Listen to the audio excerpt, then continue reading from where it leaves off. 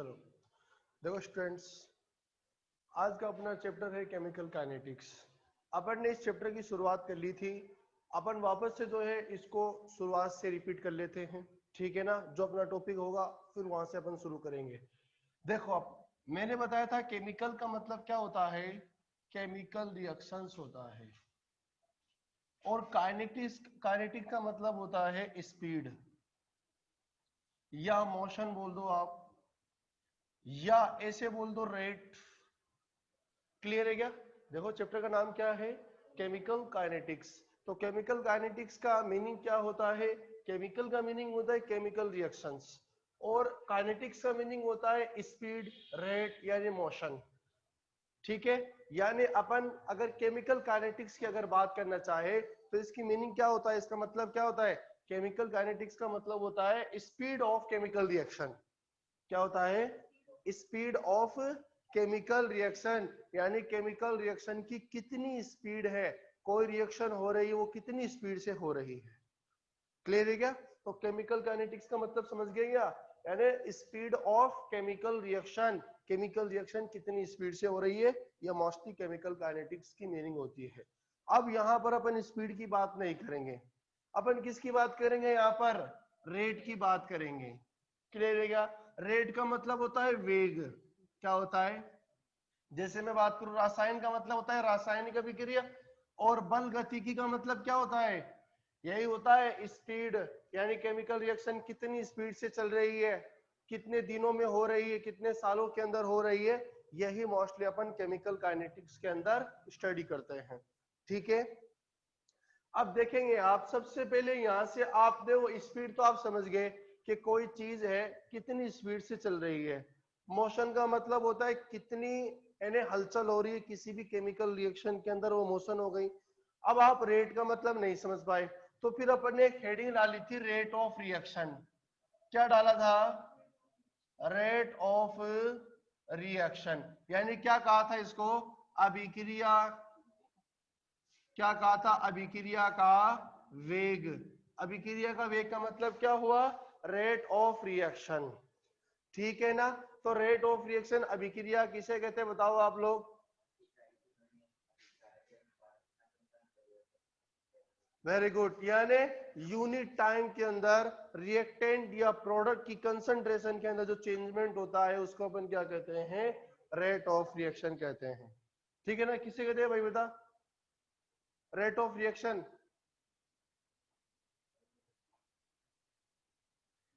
हाँ, unit time के अंदर जो चेंज होता है प्रोडक्ट और रिएक्टेंट में कंसंट्रेशन का, उससे ही rate of reaction. Very good. देखो किसे कहते हैं यूनिट टाइम का मतलब क्या हुआ? आपने क्या लिया? एक रिएक्टेंट लिया, इस रिएक्टेंट से क्या बन गया? एक प्रोडक्ट बन गया। ठीक है, अब इस रिएक्टेंट की कंसंट्रेशन के अंदर चेंजमेंट होगा। क्या होगा?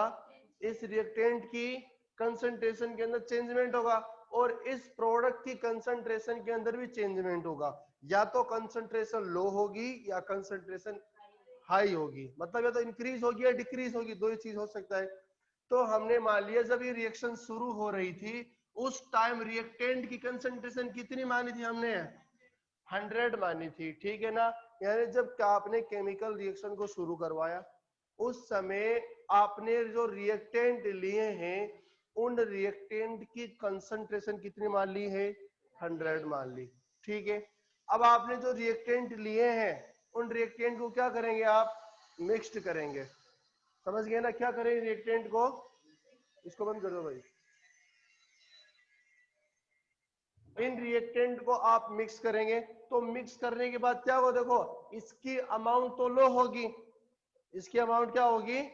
लो होगी, और यहां पर इसकी अमाउंट बढ़ेगी, क्योंकि देखो आपने क्या लिया है? एक तो लिया नींबू, एक लिया पानी, इन दोनों को मिक्स कर दिया आपने। तो जो नींबू का जो खटासपन होता है ना वो पानी की वजह से क्या होता है? लो हो जाता है, यानी वो पतला हो गया। देखो डाइल्यूशन का तो मतलब होता है पतला करना, किसी चीज को क्या करना? कोई जो गाढ़ी चीज होती है ना उसको पतला करना होता है डाइल्यूशन का मतलब, तनुकरण का मतलब। ठीक है, और कंसंट्रेशन का मतलब होता है कोई चीज बहुत ज्यादा गाढ़ी है। जैसे आपके पास नींबू है, उस नींबू जैसे आपने एक नींबू किसी बर्तन के अंदर निचोड़ लिया, ठीक है ना। अब आप उसके अंदर ओनली एक बूंद ही पानी की डाल रहे हैं, आप क्या डाल रहे हैं, एक बूंद ही पानी की डाल रहे हैं, तो बताओ वो क्या, जो नींबू आपने जिस बर्तन में लिया वो पतला हो जाएगा क्या? क्यों नहीं होगा? क्योंकि आपने जो विलायक है ना, गुड सोलवेंट वाटर, उसकी अमाउंट आपने लो ले रखी है, समझ गए। अगर आपने बहुत ज्यादा पानी डाल दिया, जैसे 10 चम्मच या 20 चम्मच या 1 गिलास डाल दिया उसके अंदर, तो क्या हो जाएगा, वो नींबू का रस बहुत पतला हो जाएगा। तो जो पतला हो गया ना, उसको बोलते हैं डाइल्यूशन। समझ गए मेरी बात? तो यहां पर क्या हो गया, जैसे ही आप इस नींबू के अंदर जो 100 ग्राम या जो भी आपको रिएक्टेंट लिया है, उस रिएक्टेंट के अंदर आपने क्या डाला, वाटर डाल दिया। वाटर डालने के बाद क्या होगा, इसकी जो अमाउंट है, जैसे 100 ग्राम लिया, तो 100 ग्राम लेने के बाद इस कंडीशन में प्रोडक्ट की अमाउंट 0 है। अब आप जैसे इसके अंदर कितना पानी डालोगे, 50 ग्राम 50 ml जितने भी आप वाटर डाल रहे हैं, तो इस 100 ग्राम में से क्या होगा, 100 ग्राम में से 50 ग्राम या 50 ml तो प्रोडक्ट में चेंज हो जाएगा। अब ये बताओ रिएक्टेंट की तरफ कितना बचा, 50 ही बचेगा। किस तरह, जैसे आपके पास रिएक्टेंट कितना था, 100 था, उस 100 के अंदर से 100 ग्राम था, उस 100 ग्राम के अंदर से 50 ग्राम का 50 ग्राम का प्रोडक्ट बन गया। समझ रहे हैं मेरी बात आप? 50 ग्राम का क्या बन गया, तो रिएक्टेंट की तरफ कितना बचा है, अभी कितना बचा है, 50। अरे समझ में आ रहा है क्या आफ्ताब? हाँ, क्या समझ में आया? देख यहाँ पर ये है आपके पास 100 ग्राम है जब आपने रिएक्टेंट लिया, ठीक है, और उस समय कोई प्रोडक्ट नहीं बनाया, तो प्रोडक्ट की अमाउंट 0 ले लिया आपने। अब क्या यहाँ पर, जब रिएक्टेंट का मतलब क्या होता है, समझ गया क्या? कोई केमिकल रिएक्शन हो रही है, उस केमिकल रिएक्शन के अंदर जो आपने पदार्थ या जो है सब्सटेंस लिया है, उसको अपन क्या कहते हैं, रिएक्टेंट। और उन सब्सटेंस से जो प्रोडक्ट बनता है, जो चीज बनती है, जिसका फॉर्मेशन होता है, उसको अपन मोस्टली प्रोडक्ट कहते हैं हम, ठीक है ना। तो आपने जो लिया है पदार्थ, जो भी सब्सटेंस लिया है, उसकी अमाउंट कितनी ली है, 100। अब आपने लिया है, अभी उनको मिक्स नहीं किया है, तो प्रोडक्ट थोड़ी बनेगा उस वक्त, बनेगा क्या प्रोडक्ट, नहीं बनेगा। इसलिए प्रोडक्ट की अमाउंट कितनी ले ली आपने, 0 ले ली, ठीक है। अब उन दोनों को आपने मिक्स कर दिया जो आपने लिया है, तो मिक्स करने के बाद क्या होगा, प्रोडक्ट बनेगा। क्या बनेगा, तो प्रोडक्ट बनेगा रिएक्टेंट से, तो रिएक्टेंट की अमाउंट तो क्या होगी, यहाँ पर लो हो जाएगी, और प्रोडक्ट की अमाउंट यहाँ पर बढ़ जाएगी। समझ गए क्या मेरी बात आप? तो जो चेंजमेंट होता है वो ओनली कंसंट्रेशन के अंदर चेंजमेंट होता है। अगर किसी केमिकल रिएक्शन का के अंदर चेंजमेंट, ये चेंजमेंट अगर यूनिट टाइम के अंदर हो रहा है, यूनिट टाइम का मतलब क्या हुआ, बहुत कम टाइम के अंदर अगर ये चेंजमेंट हो रहा है, तो इसको अपन क्या कहते हैं, रेट ऑफ रिएक्शन कहते हैं, ठीक है ना। तो रेट ऑफ रिएक्शन किसे कहते हैं, कि यूनिट टाइम के अंदर रिएक्टेंट या प्रोडक्ट की कंसंट्रेशन के अंदर जो चेंजमेंट आता है, उसको अपन रेट ऑफ रिएक्शन कहते हैं। क्लियर है क्या, बताओ ये बात? फिर आपने क्या पढ़ा, इसका फॉर्मूले की बात की। तो रेट ऑफ रिएक्शन का फॉर्मूला क्या होता है, देखो आप, जैसे rate of reaction is equal to क्या होता है, plus minus del C upon del T, ये तो होता है ना। अब यहाँ पर डेल का मतलब क्या होता है, चेंजमेंट के लिए, परिवर्तन के लिए यूज में लेते हैं। C4 क्या होता है, कंसंट्रेशन। तो किसकी कंसंट्रेशन, रिएक्टेंट या प्रोडक्ट की कंसंट्रेशन। समझ गए क्या? तो इसका मतलब क्या, change in concentration of product और reactant upon del T. Del T का मतलब होता है इस चेंजमेंट के अंदर, इस चेंजमेंट के अंदर कितना टाइम लगा, यानी टाइम टेकन, कितना टाइम लगा, वही क्या यहाँ पर डेल टी है, ठीक है ना। अब यहाँ पर आपने प्लस लगाया, तो प्लस का मतलब होता है प्रोडक्ट की कंसंट्रेशन बढ़ रही घट रही है। देखो देखो यहाँ पर आपने कितना लिया रिएक्टेंट, 100 लिया। अब 100 से क्या बनाया आपके पास, 50 मतलब 50 ml या 50% आपके पास प्रोडक्ट।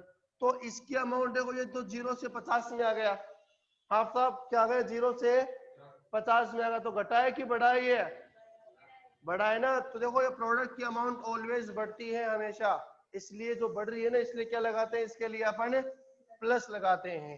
और देखो ये रिएक्टेंट, ये 100 ग्राम था यहाँ पर, 100 से कितना आ गया देख यहाँ पर, कितना आ गया, कितना आ गया, 50 आ गया ना। तो 100 से 50 कम हुआ है कि बढ़ा है, कम हो गया ना।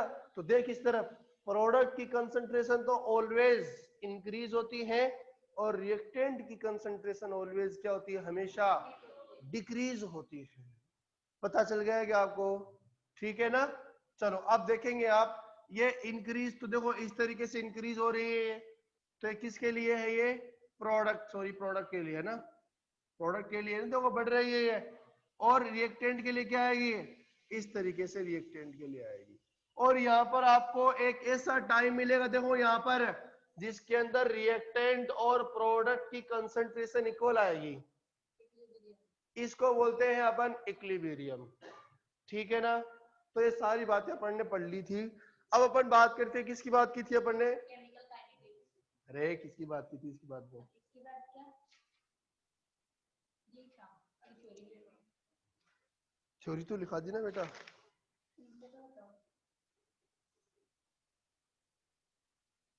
हाँ, इसके बाद में ये पूरी बात कर ली थी। इसके बाद में very important, law of mass action क्या होता है, लॉ ऑफ मास एक्शन, यानी रिएक्टेंट की कंसंट्रेशन किसके डायरेक्टली प्रोपोर्शनल होता है, हाँ, यानी rate of reaction, sorry rate of reaction किसके डायरेक्टली प्रोपोर्शनल होता है, कंसंट्रेशन ऑफ रिएक्टेंट के डायरेक्टली प्रोपोर्शनल होता है। द वेरी इंपॉर्टेंट बात याद रखना बात आप इसको, ये कौन बताता है, लॉ ऑफ मास एक्शन बताता है, ठीक है ना। ये क्या बताता है, द्रव्य अनुपाती क्रिया के नियम से क्या होता है कि रेट ऑफ रिएक्शन जो है वो कंसंट्रेशन ऑफ रिएक्टेंट के डायरेक्टली प्रोपोर्शनल होता है। क्या, कंसंट्रेशन ऑफ रिएक्टेंट यानी अभिकारक की सांद्रता के समानुपाती होता है। अभिक्रिया जो वेग होता है वो अभिकारक की सांद्रता के समानुपाती होता है। क्लियर है क्या बात, ये बहुत इंपॉर्टेंट है, आज इसको अपन पढ़ेंगे, बहुत अच्छी तरीके से पढ़ेंगे और यहां से क्वेश्चन भी आते हैं एग्जाम के अंदर, ठीक है ना। चलो अब क्या होता है, देखो इसके बाद आपने पढ़ा है रेट को। ये जो रेट होती है ना, रेट ऑफ रिएक्शन, वो टू टाइप्स की होती है। फर्स्ट होती है एवरेज रेट ऑफ रिएक्शन, क्या होती है, एवरेज रेट ऑफ रिएक्शन, मतलब औसत वेग, ठीक है ना, एवरेज रेट ऑफ रिएक्शन। तो एवरेज रेट ऑफ रिएक्शन किसे कहते हैं कि यदि आपके पास कोई रिएक्टेंट है और रिएक्टेंट प्रोडक्ट में चेंज होगा, तो आपको पता है जब रिएक्टेंट प्रोडक्ट में चेंज होगा, समझ आ रहा है इतने में, पहले दो, ठीक है ना, जब रिएक्टेंट प्रोडक्ट के अंदर चेंज होता है तो कंसंट्रेशन के अंदर चेंजमेंट होता है। अगर ये चेंजमेंट एक एवरेज टाइम के अंदर है, एक पर्टिकुलर टाइम पर है, फिक्स टाइम पर है, किसी निश्चित टाइम पर नहीं है, औसत टाइम के अंदर अगर चेंजमेंट है, तो उसको अपन क्या कहेंगे, एवरेज रेट ऑफ रिएक्शन। वापस से सुन लो कि यदि किसी अभिक्रिया के अंदर रिएक्टेंट और प्रोडक्ट की कंसंट्रेशन किसी फिक्स टाइम के अंदर नहीं है, यानी एवरेज टाइम के अंदर है। जैसे अपन बोलते हैं ना, कोई बाइक चलती है, अपन बोलते हैं कि मेरी बाइक जो है इतनी स्पीड से चलती है, क्या वो जरूरी है उतनी स्पीड से चलेगी, जैसे 100 किलोमीटर बोल दिया या 50 किलोमीटर प्रति घंटे की स्पीड से चल रही है, तो जरूरी है ये, जरूरी है क्या बताओ, जरूरी नहीं है। एक आदमी बोला मैंने 10 घंटे काम किया, अब उसने जरूरी 10 घंटे काम किया, बीच में आराम भी किया होगा और भी काम किया होगा, तो वो क्या हो गया, एक पर्टिकुलर टाइम हो गया कि 10 घंटे इसने काम किया है, समझ गए क्या। तो वो तो क्या होगा, यानी फिक्स टाइम की अगर बात नहीं कर रहे, एवरेज टाइम की अगर बात कर रहे हैं, तब तो किसकी बात करेंगे, एवरेज रेट ऑफ रिएक्शन की बात करेंगे। तो यहाँ पर क्या लिखा था आपने, rate of reaction is equal to plus minus D C upon, sorry del C upon del T, ये तो लिखा था ना आपने, ये तो लिखा था ना आपने, rate of reaction is equal to plus minus D C upon D T, ठीक है, ये तो लिखा था ना। हाँ कोई दिक्कत नहीं, रेट ऑफ रिएक्शन ब्रैकेट में आप एवी लिख दो, और क्या है यहाँ पर, चलो ठीक है। अब दूसरा क्या था, इंस्टेंटेनियस रेट ऑफ रिएक्शन, यानी तात्क्षणिक वेग, इतना तात्क्षणिक वेग instantaneous. Instantaneous rate of reaction क्या होता है कि यदि रिएक्टेंट और प्रोडक्ट की कंसंट्रेशन एक फिक्स टाइम के अंदर अगर हो रही है, रिएक्टेंट और प्रोडक्ट की कंसंट्रेशन के अंदर चेंजमेंट एक फिक्स टाइम या पर्टिकुलर टाइम पर हो रहा है, तो उसको अपन क्या कहते हैं, इंस्टेंटेनियस रेट ऑफ रिएक्शन कहते हैं। यानी किसी निश्चित समय पर अभिकारक या उत्पाद की सांद्रता में जो परिवर्तन होता है उसको अपन क्या कहते हैं, तात्क्षणिक वेग या इंस्टेंटेनियस रेट ऑफ रिएक्शन कहते हैं। क्लियर है ये बातें? अरे समझ गए ना? चलो अब अपन बात करते हैं आगे। अब आप हेडिंग लगाएंगे rate constant, the very important rate या स्पेसिफिक रेट ऑफ रिएक्शन, इसको बोलते हैं वेग स्थिरांक। क्या बोलते हैं रेट ऑफ रिएक्शन को? क्या बोलते हैं यार? रेट कांस्टेंट, वेग स्थिरांक।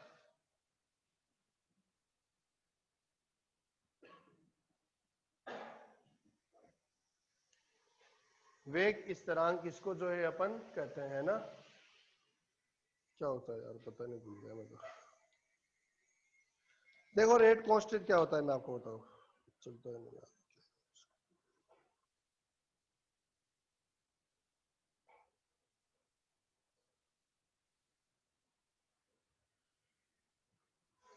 स्पेसिफिक रेट ऑफ रिएक्शन, एक चीज और देख लेते हैं अपन। देखो अपन ने एक बात और की थी, रेट ऑफ रिएक्शन की यूनिट की बात की थी। रेट ऑफ रिएक्शन की क्या होती है बताओ? मोल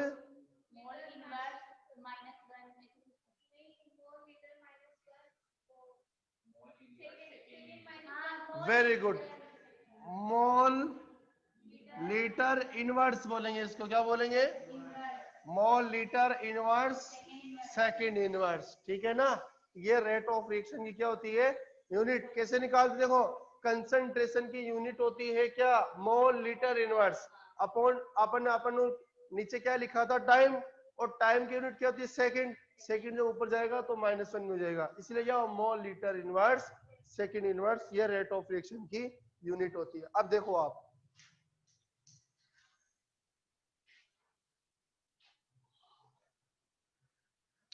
अब देखो रेट कांस्टेंट या स्पेसिफिक रेट ऑफ रिएक्शन क्या होता है ना, ये बहुत इंपॉर्टेंट है, ये इसको आप अच्छी तरीके से समझना। रेट कांस्टेंट क्या होता है? सबसे पहले मैं कोई केमिकल रिएक्शन लिखूं, देखो ये ए है, ये बी है, इससे क्या बनेगा, कोई प्रोडक्ट बनेगा, सही है ना? ये तो क्या है, आपके पास ए रिएक्टेंट है, ये आपके पास बी रिएक्टेंट है, इन दोनों को आप मिक्स कर देंगे तो क्या बनेगा, प्रोडक्ट बनेगा। अब आपका बताएगा रिएक्टेंट की कंसंट्रेशन लो होगी क्या, इंक्रीज होगी कि डिक्रीज होगी? रेट ऑफ रिएक्शन, सॉरी इसकी रिएक्टेंट की कंसंट्रेशन लो होगी कि हाई होगी, कम होगी कि ज्यादा होगी? अरे क्या होगी? हाँ भाई क्या होगी? कम होगी। अरे देखो यहाँ पर क्या लिखा था मैंने, इसके नीचे 100 लिखा था ना यहाँ पर, देखो ध्यान देना, ये 100 था, फिर क्या लिखा था, 100 माइनस 50, तो कंसंट्रेशन 100 से कितनी हो गई, इसको देखो इसको सोल्व करो, कितना आएगा, 50 तो आएगा ना, 100 में से 50 उठाएंगे तो कंसंट्रेशन 100 से कितनी आ गई, तो कम हुई कि ज्यादा हुई है? अरे 100 तो ये अगर ऊपर जाएगी ना 101 102 तो बढ़ेगी, और तो नीचे आ गई वापस, तो क्या हो गई कंसंट्रेशन, क्या हो गई? हाँ हाँ कम हो गई। और प्रोडक्ट की क्या होगी, देखो यहाँ पर 0 लिखा था, यहाँ पर क्या लिखा था 50, तो 0 से 50 नहीं, ये 0 है और ऊपर जाएगी तो बढ़ रही है घट रही है, बढ़ रही है ना? तो हमेशा ऐसा होता है, प्रोडक्ट की कंसंट्रेशन तो बढ़ती है और रिएक्टेंट की कंसंट्रेशन क्या होती है, कम होती है, ठीक है ना? इसको याद रखना, वापस से पूछूंगा मैं तेरे से। अब रेट ऑफ रिएक्शन क्या होता है, देखो आप, आपने एक बात पढ़ी थी अभी, रेट ऑफ यानी लॉ ऑफ मास एक्शन, क्या पढ़ा था? लॉ ऑफ या एक्शन मास ऑफ लॉ, ऐसा कुछ होता है ना। अब देखो क्या होता है, ये क्या पढ़ा था इसके बारे में, लॉ ऑफ मास एक्शन के अंदर द्रव्य अनुपात विकिरण के नियम में क्या पढ़ा कि जो रेट ऑफ रिएक्शन होती है ना, वो डायरेक्टली प्रोपोर्शनल होती है किसके? कंसंट्रेशन ऑफ रिएक्टेंट के। अब ध्यान देना तू, ये rate of reaction, rate of reaction समझ गया क्या?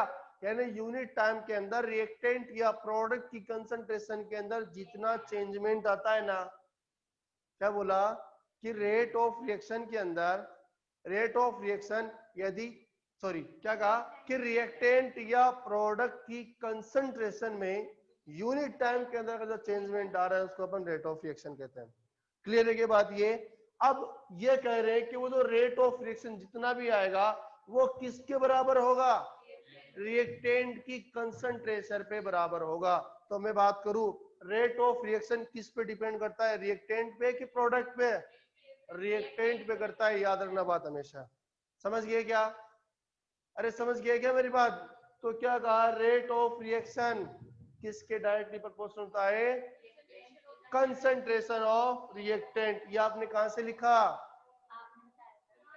द्रव्य अनुपाती के मास एक्शन लॉ के अकॉर्डिंग लिखा है, ठीक है ना? हंस ले दूं। अब देखो यहां पर मैंने लगा दिया इसकी पावर n, इसका मतलब क्या होता है अभी बात करेंगे। इसका मतलब होता है ऑर्डर ऑफ रिएक्शन। क्या होता है? चलो बाद बात करते हैं इसकी, बाद बात करते हैं इसकी। ये समझ गए कि आप ये बताओ पहले तो मुझे, ठीक है ना? अब यहां से इस प्रोपोर्शनल को हटाएंगे, समानुपाती को हटाएंगे, तो क्या लगाएंगे? इस तरह कांस्टेंट लगाएंगे, इक्वल टू तो लगाएंगे ना। तो rate of reaction is equal to, देखो यहां से जब आप इस प्रोपोर्शनल को हटाएंगे तो यहां पर क्या लगाएगा? के लगाएंगे, मतलब यहां पर कोई कांस्टेंट लगाएंगे। तो मैंने लगा दिया यहां पर के एन। क्या लगा दिया? के एन। एन कैसे है बताऊंगा अभी, बस ऐसे याद रखो के एन। फिर यहां पर क्या आएगा? आर इसकी पावर एन। देखो ब्रैकेट लिखा है ना, इस ब्रैकेट का भी मतलब है, क्या मतलब बताओ? कंसंट्रेशन, सांद्रता मतलब होता है इसका, ठीक है ना? तो यहाँ पर आपने लिखा आर फिर ब्रैकेट, तो इसका मतलब क्या हो गया? Concentration of reactant. और इसकी पावर में क्या लगाया है आपने? एन लगाया है। तो अब देखो के एन का तो मतलब होता है रेट कांस्टेंट। क्या होता है?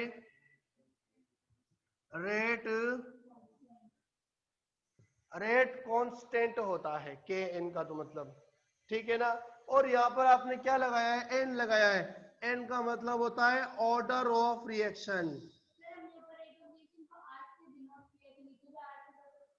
क्या चीज? मतलब आपने n को रेट ही तो माना है ना? एन को, एन को तो यस,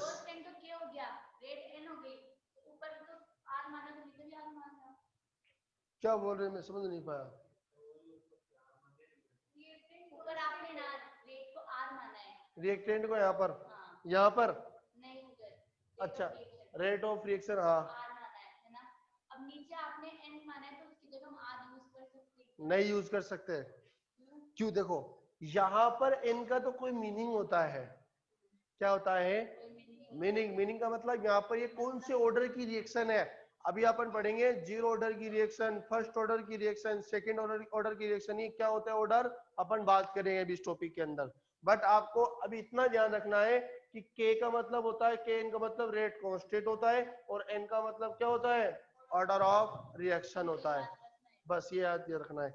अब एक चीज मैं आपको बताता हूँ, देखो अब आप क्या पढ़ रहे हैं बताओ? रेट कांस्टेंट पढ़ रहे हैं ना, तो इसकी डेफिनेशन क्या हो जाएगी कि अब देखो यदि मैं कंसंट्रेशन ऑफ रिएक्टेंट को 1 मान लूं, क्या कहा कि कंसंट्रेशन ऑफ रिएक्टेंट को मैं कितना मान लिया? मैंने 1 मान लिया, तो क्या रेट ऑफ रिएक्शन इसके इक्वल हो जाएगी क्या? अरे मैं क्या किया मैंने, आर की पावर एन को कितना मान लिया? 1 मान लिया। तो यहाँ पर इसकी जगह मैं 1 रख सकता हूँ, वन रखूंगा तो क्या होगा, देखो rate of reaction is equal to K N, समझ गए क्या। तो आपको इसकी डेफिनेशन देनी तो कैसे देंगे कि यदि अभिकारक की सांद्रता इकाई हो उस स्थिति के अंदर अभिक्रिया वेग को ही वेग स्थिरांक कहते हैं। समझ गए क्या कहा कि यदि कंसंट्रेशन ऑफ रिएक्टेंट 1 हो, क्या कंसंट्रेशन ऑफ रिएक्टेंट 1 हो तो उस कंडीशन के अंदर रेट ऑफ रिएक्शन को ही रेट कांस्टेंट कहते हैं। क्लियर है क्या। क्या कहा वापस सुन लो कि यदि रिएक्टेंट की कंसंट्रेशन क्या हो 1 हो, इसको हमने 1 मान लिया तो ये खत्म होगा क्योंकि 1 से मल्टीप्लाई करें kn तो kn ही आएगा, अरे यही तो आएगा ना। तो फिर आपने इसको मल्टीप्लाई kn आ गया तो रेट ऑफ रिएक्शन जितनी होगी उस कंडीशन के अंदर वही क्या होगी, रेट कांस्टेंट के इक्वल होगी। क्लियर है क्या। अब एक चीज देखो आप, अब यहां पर आपको एक रिलेशन निकालना है। क्या देखो यहां से क्या आया था, rate of reaction is equal to K N R की पावर एन। अब आपको क्या करना है, जैसे आपने रेट ऑफ रिएक्शन की यूनिट बताई थी, क्या बताया था, रेट ऑफ रिएक्शन की यूनिट क्या होती है, mole litre inverse second inverse होती है, ठीक है ना। अब आपको ठीक उसी तरह रेट कांस्टेंट की rate of reaction sorry rate constant की यूनिट बताना है। अब क्या बताना है, अब आपको रेट कांस्टेंट की यूनिट, तो क्या हेडिंग डालेंगे आप, यूनिट ऑफ रेट कांस्टेंट, बाद में डालना है, एक मिनट रुको, यूनिट ऑफ रेट कांस्टेंट, ठीक है ना। अब देखो आप सबसे पहले तो इस फॉर्मूले से रेट कांस्टेंट निकालना है आपको, तो कैसे निकालेंगे, देखो के एन इज इक्वल टू, पहले मैं लिख देता हूं जो लिखा हुआ यहां पर, क्या लिखा हुआ है, rate of reaction is equal to K N R की पावर एन, सही है क्या ये।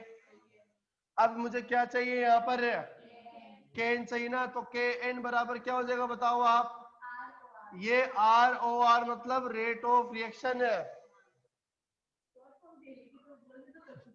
रेट ऑफ रिएक्शन, फिर अपोन में चला जाएगा कंसंट्रेशन ऑफ रिएक्टेंट। समझ गए क्या भाई आप लोग, अरे समझ गए क्या। लेकिन सर हाँ रेट कांस्टेंट को हमने बाहर की लिया है, अरे यूनिट किसकी चाहिए बेटा, कांस्टेंट की। रेट कांस्टेंट की, तो उसी को लेना है अपन को बाहर, ठीक है ना। क्योंकि आप यूनिट किससे निकालते हैं, फॉर्मूला से निकालते हैं यूनिट, तो हमेशा किसे निकालते हैं, हाँ। तो अब देखो एक चीज, रेट ऑफ रिएक्शन बराबर क्या होता है बताओ मुझे, रेट ऑफ रिएक्शन बराबर क्या होता है, कंसंट्रेशन अपॉन टाइम, ये तो होता है ना। अरे क्या होता है rate of reaction, concentration upon time, तो मैं क्या लिख दूं, कंसंट्रेशन अपॉन टाइम, सही है क्या। अब देखो ये रिएक्टेंट की कंसंट्रेशन है, तो मैं यहां पर इसके लिए क्या लगाऊंगा, ओनली फॉर कंसंट्रेशन, क्या लगाएंगे रिएक्टेंट के लिए, यूनिट के अंदर लिखना चाहे तो क्या लिखेंगे अपन, कंसंट्रेशन। लेकिन इस कंसंट्रेशन के पावर के अंदर क्या है, देखो यहाँ पर एन है ना, तो आपको यहाँ पर एन को मेंटेन रखना है। क्लियर है क्या मेरी बात।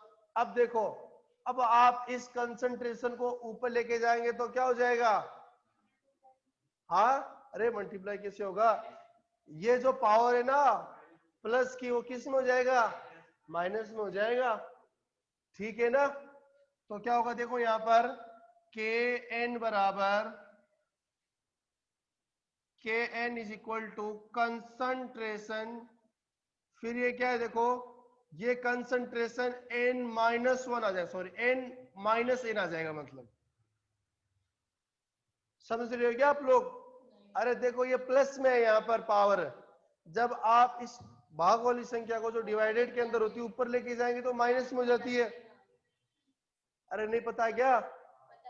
तो ये प्लस की है यहाँ पर कंसंट्रेशन एन की पावर, तो ये एन ऊपर जाएगा तो किस में जाएगा, तो ये तो किया ना यहाँ पर माइनस का एन। अब देखो टाइम है, टाइम की पावर एक मान लेते हैं, क्या मान लेते हैं, ऊपर जाएगा तो किस में जाएगा, माइनस में, तो क्या लिखूंगा मैं, टाइम इनवर्स। क्लियर है क्या। अब देखो जो कंसंट्रेशन, देखो यहाँ पर क्या है, कंसंट्रेशन की पावर 1 है और यहाँ पर कंसंट्रेशन की पावर -1 है, तो मैं क्या लिख सकता हूं इसको, के एन बराबर कंसंट्रेशन की पावर 1 माइनस एन लिख सकते हैं क्या, बताओ?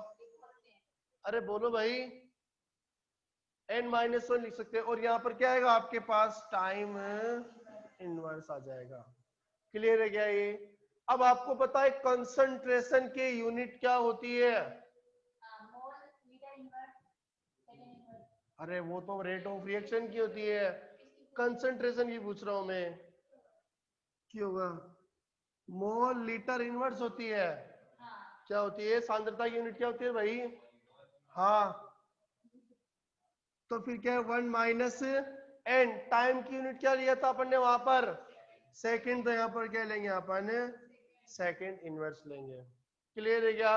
अब देखो, जब आप मोल की पावर, देखो यहाँ पर तो किस में है, देखो यहाँ पर मोल है, इसके ऊपर पावर 1 माइनस एन है, तो वो क्या इसके ऊपर 1 माइनस एन ऐसे कैसे आ जाएगी? क्या नहीं आएगी? किसका इनवर्स? देखो मैं आपको बताऊं, देखो भाई 2 मल्टीप्लाई 2 ऐसा लिखा हुआ और इसकी पावर 2 लिखा हुआ है। क्या लिखा हुआ है? 2 मल्टीप्लाई 2, इसकी पावर क्या लिखा हुआ है?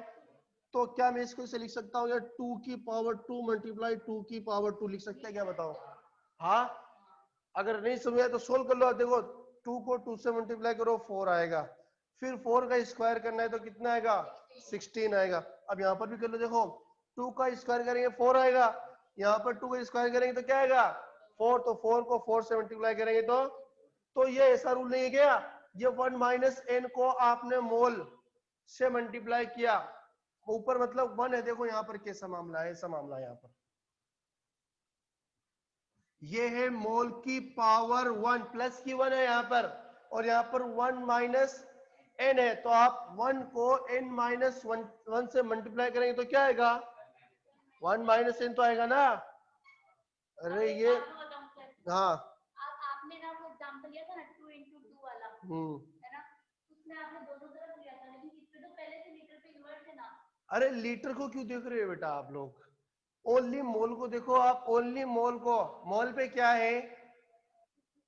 कुछ भी नहीं है, मतलब प्लस का 1 है, कुछ भी कैसे नहीं है, प्लस का 1 है, तो प्लस का 1 है, ये 1 माइनस है। देखो मैं क्या आएगा, मैं आपको लिखता हूँ, कैन बराबर मोल 1 माइनस एन। अब देखो लीटर पे क्या है?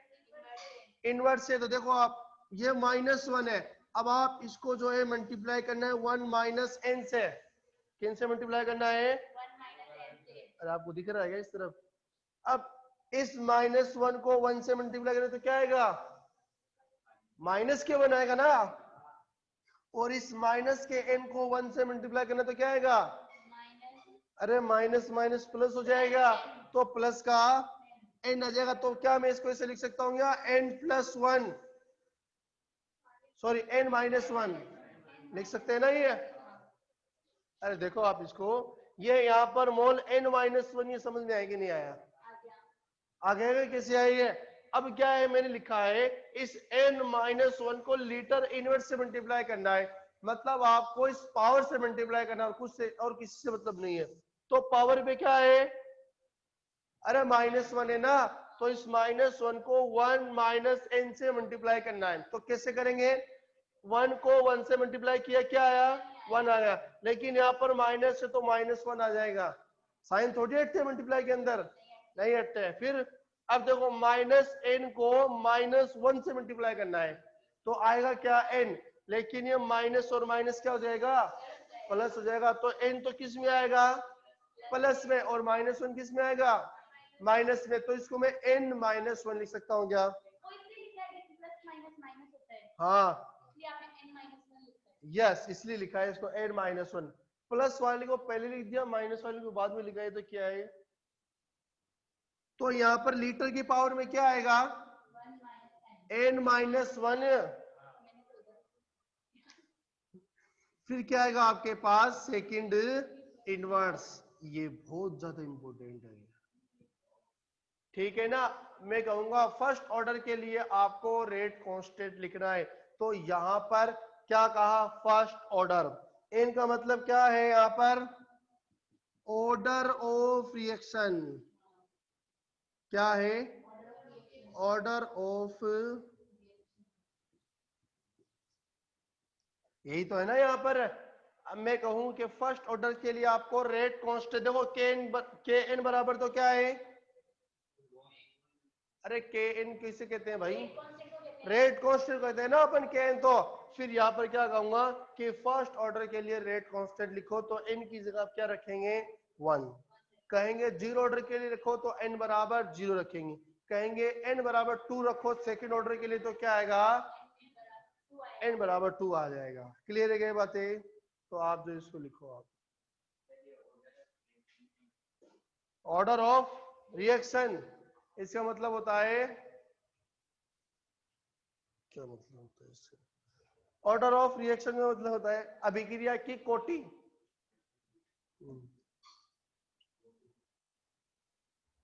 अभिक्रिया की कोटि, ठीक है ना? आप इसको राइट करो, एक मिनट रुक जाए, एक मिनट रुक जाए।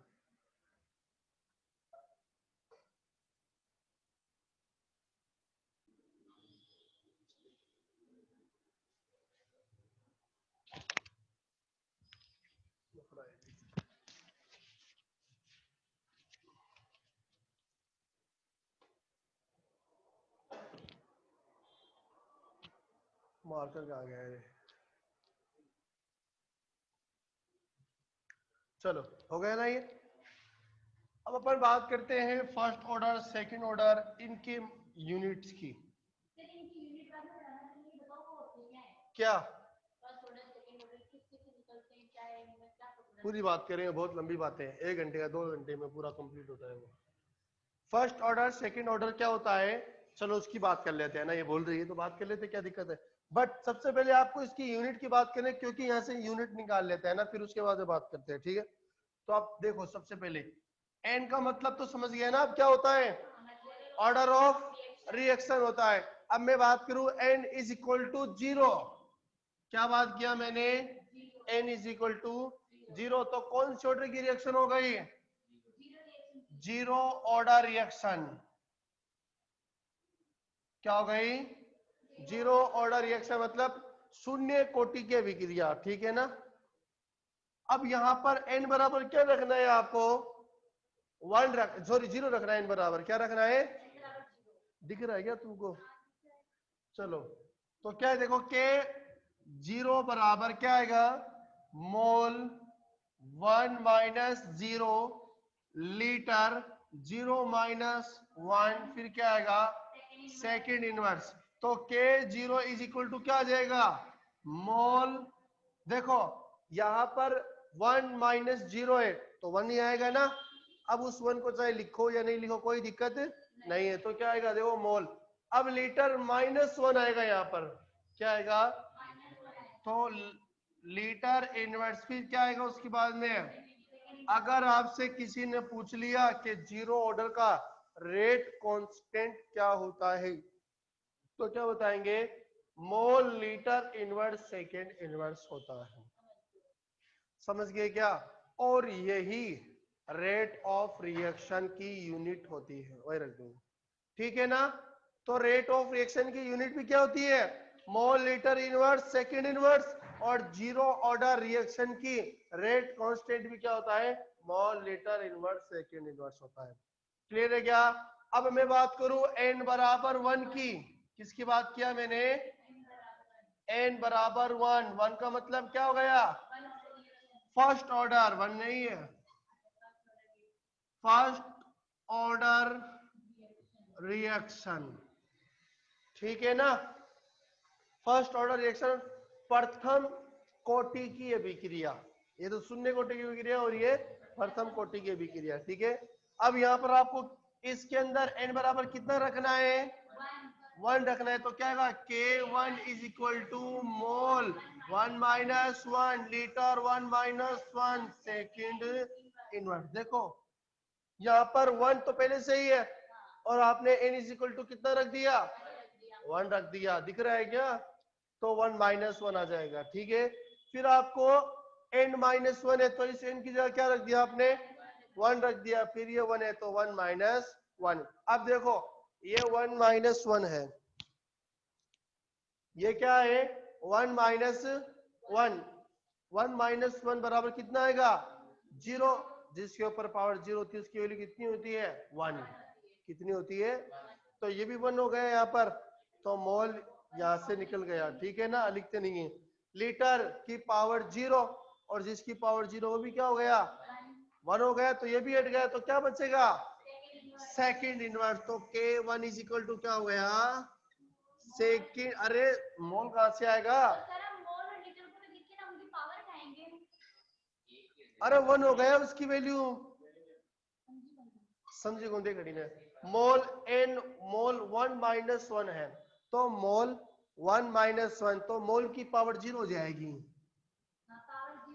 तो जब इसकी पावर 0 होती है ना तो इसकी वैल्यू अपने आप ही 1 हो जाती है। अच्छा, पूरी वैल्यू 1 होती है, हाँ, इस पूरी की वैल्यू 1 हो जाएगी। अब समझ गए क्या, अरे जिसके ऊपर पावर 0 है ना उस पूरे की पूरे जो जिसकी भी है ये, उस पूरा का मान 1 हो जाएगा, मतलब जैसे मोल के ऊपर 0 है, मोल के ऊपर कितना है 0, तो इस पूरे मोल की यानी इसका मान कितना हो जाएगा 1 बराबर हो जाएगा। अब आप यहाँ पर 1 रखो या नहीं रखो कोई दिक्कत नहीं है यहाँ पर, तो अब ठीक इसी तरह लीटर की बात करते हैं अपन, तो लीटर 1 माइनस 1 है, तो लीटर की पावर 0 हो जाएगी, समझ गए क्या, तो इसकी वैल्यू कितनी हो जाएगी 1, ओनली बचा क्या है आपके पास सेकंड इनवर्स, तो इसलिए अगर आपसे किसी ने पूछे तो फर्स्ट ऑर्डर के लिए रेट कांस्टेंट क्या होता है, तो आप क्या बताएंगे सेकंड इनवर्स होता है। क्लियर है क्या, बताओ ये बातें, ठीक है ना। अब आप सेकंड ऑर्डर का निकालो, पहले रफ के अंदर या यही निकाल लो सेकंड ऑर्डर का, बट आप सबसे पहले सेकंड ऑर्डर का निकालो।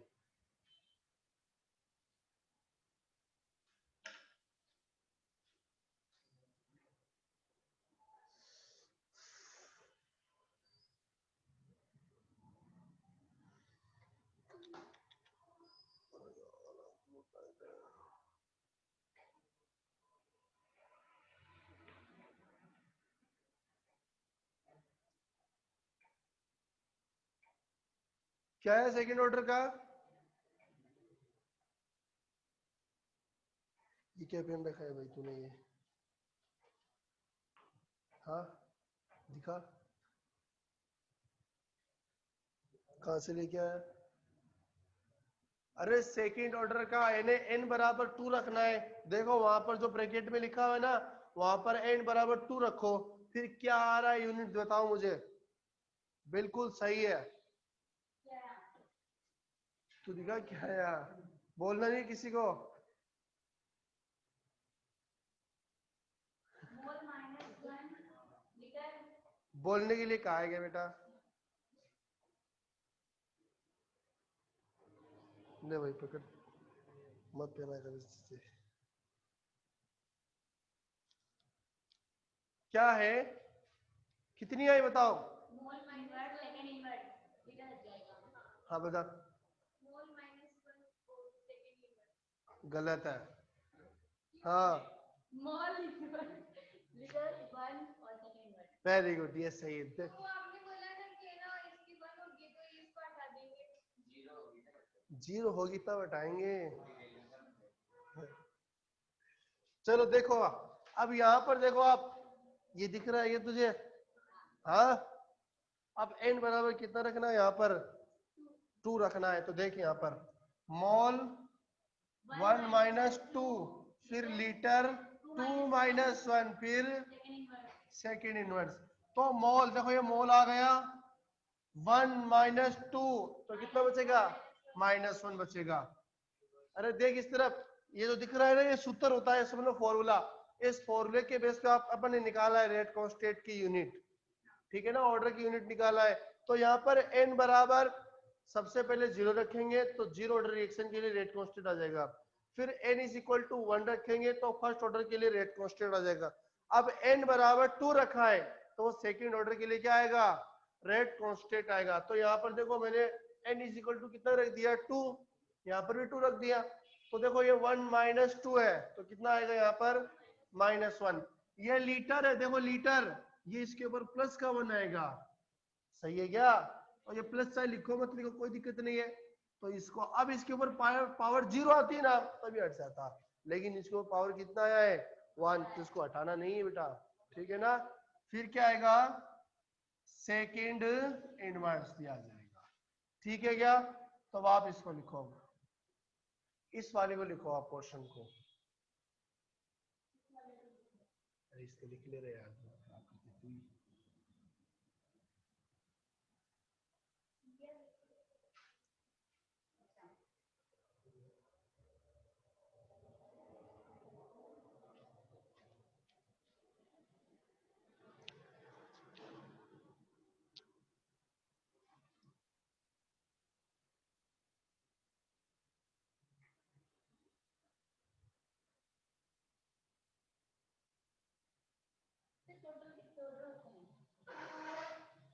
फर्स्ट सेकंड जीरो, बस मोस्टली रिएक्शन इतनी होती है।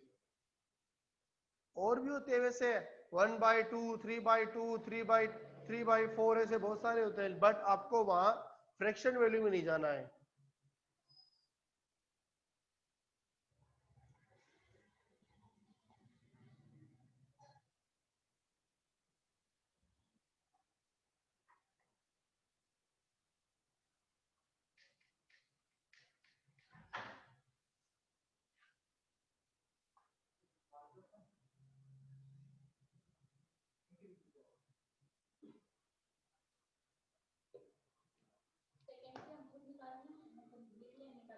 हाँ, सेकंड ऑर्डर के लिए आप लिख लो यहाँ पर।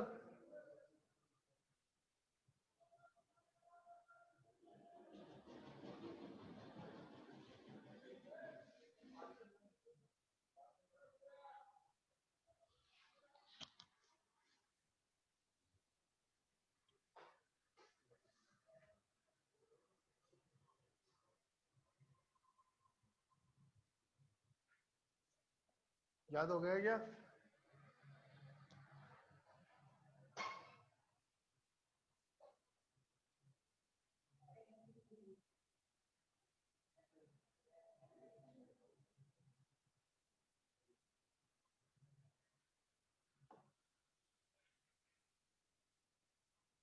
हो गया ना? सेकंड ऑर्डर के लिए क्या लिखा आपने यहाँ पर? n बराबर, इसको मिटा दो ना इसको मैं, तो क्या है देखो, n इज इक्वल टू कितना आएगा? 2। फिर सेकेंड ऑर्डर रिएक्शन लिख लेना ना।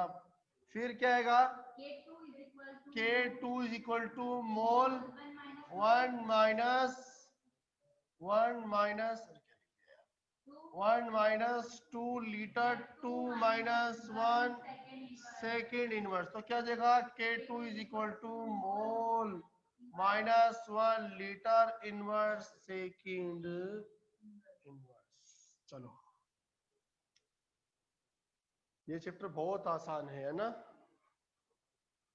ठीक है ना? हो गया ना? लिख लिए सभी ने? अरे लिख लिए ना सभी ने? अब याद कर ले, देखो एक तो इसको डायरेक्ट याद होना चाहिए, और ये बहुत बार एग्जाम में पूछ लिया गया है इसको, बहुत बार ऐसे पूछता है फर्स्ट ऑर्डर रिएक्शन के लिए रेट कांस्टेंट लिखिए, फिर ये लिखना है सेकंड इनवर्स।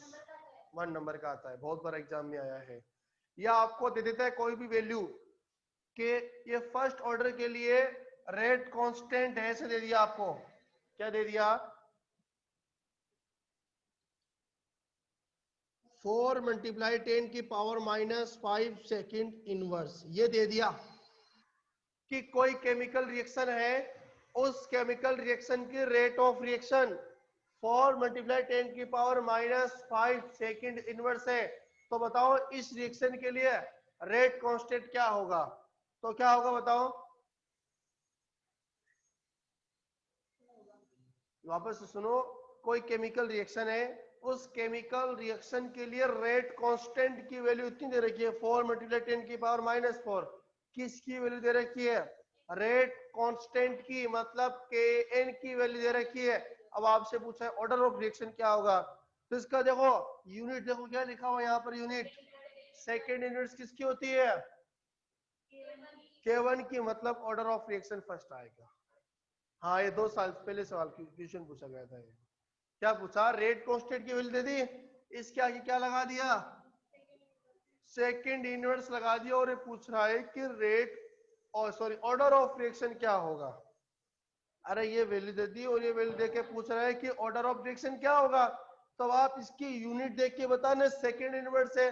सेकंड इनवर्स किसकी ऑर्डर ऑफ रिएक्शन होता है, सॉरी सेकंड ऑर्डर जो है किसकी रेट कांस्टेंट होती है, फर्स्ट की, इसलिए यहाँ पर फर्स्ट ऑर्डर रिएक्शन आएगा। समझ गए क्या? यूनिट अगर K2 की आ गई तो वो इसमें बताने मोल इनवर्स, हाँ ये आ जाएगा mole inverse litre second inverse. मतलब या तो आपको यूनिट दे देगा तो फिर आपसे ऑर्डर ऑफ रिएक्शन पूछ लेगा, या डायरेक्ट बोल देगा भाई सेकंड ऑर्डर के लिए आप रेट कांस्टेंट लिखो। आपसे ऑर्डर भी पूछ सकता है और ऑर्डर देके उसकी यूनिट भी पूछ सकता है, दोनों चीज है। क्या आपको ऑर्डर दे दिया कि सेकंड ऑर्डर के लिए रेट कांस्टेंट लिखिए, थर्ड ऑर्डर के लिए, फर्स्ट ऑर्डर के लिए, तो ऑर्डर देके आपसे क्या पूछ सकता है, रेट कांस्टेंट पूछ सकता है, या रेट कांस्टेंट देके ऑर्डर पूछ सकता है। समझ गए मैंने क्या बोला है? ठीक है ना? चलो अब अपन बात करते हैं rate of reaction and stoichiometric coefficient of reaction के बीच में रिलेशनशिप क्या होता है। तो अब हेडिंग लगाएंगे आप, relation between rate of reaction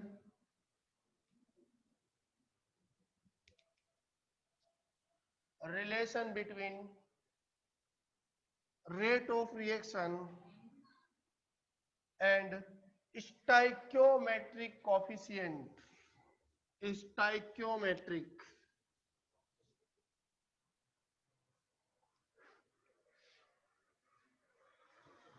stoichiometric coefficient of reaction, ठीक है ना? रेट ऑफ रिएक्शन, हाँ stoichiometric,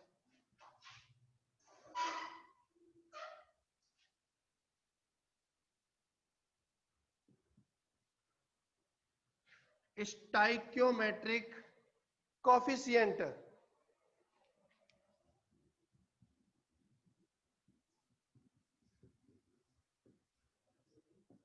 coefficient rate of reaction, ठीक है ना?